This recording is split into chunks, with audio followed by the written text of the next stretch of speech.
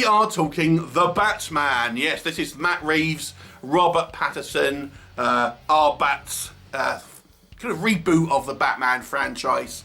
As normal with these blockbusters, I tend to be a little bit late to the party of these things because I don't really like to go and see them at opening weekend. I wait to the week of release and kind of go in the day when it's nice and quiet. So here we go. Obviously, you probably don't need a story synopsis here, but ultimately it is just a kind of retelling of the Batman early in his career, albeit it's not an origin story, it's kind of year 2. So we get a younger kind of Batman dealing with the Riddler, reimagined as a Seven-style serial killer.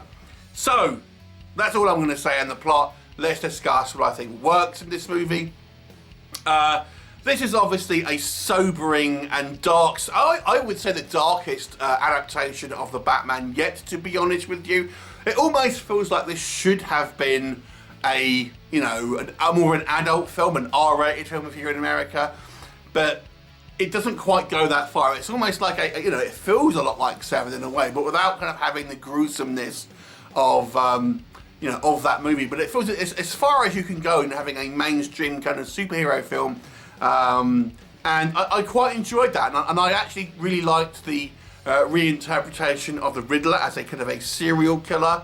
I thought he was actually kind of pretty good, a pretty interesting antagonist for Batman. Speaking of Batman, I actually quite like Robert Pattinson as Batman, and I actually thought he did a pretty good job here of making, again, a more grounded but different version, say, to the Nolan movies of a more realistic kind of Batman, I think. And one of the best things I did like about this movie was the fact that Batman isn't portrayed as perfect here. In actual fact, he borders on incompetence a couple of times in the movie. He gets hurt, he gets taken down by just a general kind of henchman at one point. He makes mistakes. I actually thought this was quite good, rather than the kind of the I am Batman sort of mentality that often kind of I think people have with this particular kind of character. And it's understandable, obviously, because he's meant to be taking place in his early in his career, and he's still kind of learning, still kind of figuring himself out. But ultimately, we do see that he is resourceful. He's well resourced, and is obviously a damn good detective and a fighter when it comes down to it as well. So I quite enjoyed that. I thought the supporting cast here did a good job. I think it's like the cinematography in the world of kind of Gotham is, again, it's like it's a cross between, I would say, like the Tim Burton movies and the Nolan movies, and the fact that it feels a little bit hyper real, but not to the point where it's too unbelievable like the kind of the Tim Burton films. It still does feel like a real kind of like dirty kind of working kind of city. It reminds me of an 80s kind of style New York, but maybe a little bit more kind of stylized. The actual story itself, I think it focuses on, it feels like a noir procedural movie in a lot of ways. And it's a different take on how Batman is, presented. He's not just about kind of punching bad guys. He's a lot about kind of figuring out clues and stuff like that. And Batman is, in the comics, is obviously the world's greatest detective. So that's good to see a kind of a different kind of side of it here. And overall, I think the story is an intriguing one. I do have a few issues with it, so we'll kind of pivot into maybe what doesn't work for me. I think the main critique for this movie, I don't feel it needed to be as long. At nearly 3 hours, although I was engaged through the whole movie, I did feel it dragged.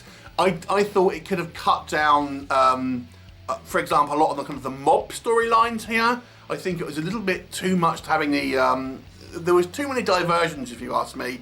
And I have to say, even though I was still kind of like engaged in the story, I was like, oh man, this feels like it is dragging a little bit here.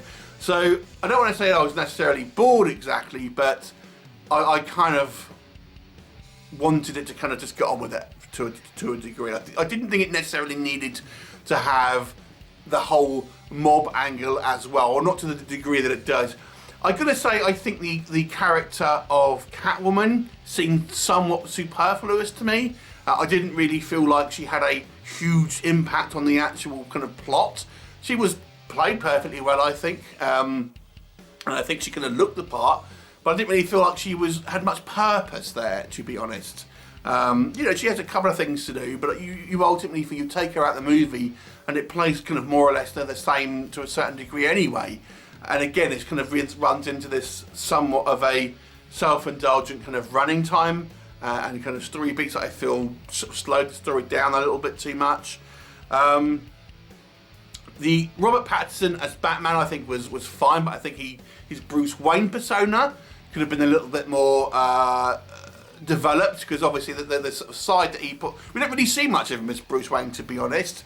And it would have I think it would have been better to see that juxtaposition between these kind of the two faces of the man. Obviously, the Batman being his true face, but this facade that he has to put on in public as Bruce Wayne was never really there. You know, even when he's Bruce Wayne, in the few scenes that he is, he just seems like the same sort of character. He's moody and kind of brooding. Yeah, it doesn't really. There's not a lot of difference. I didn't feel the line between Batman and Bruce Wayne was all that different, to be brutally honest.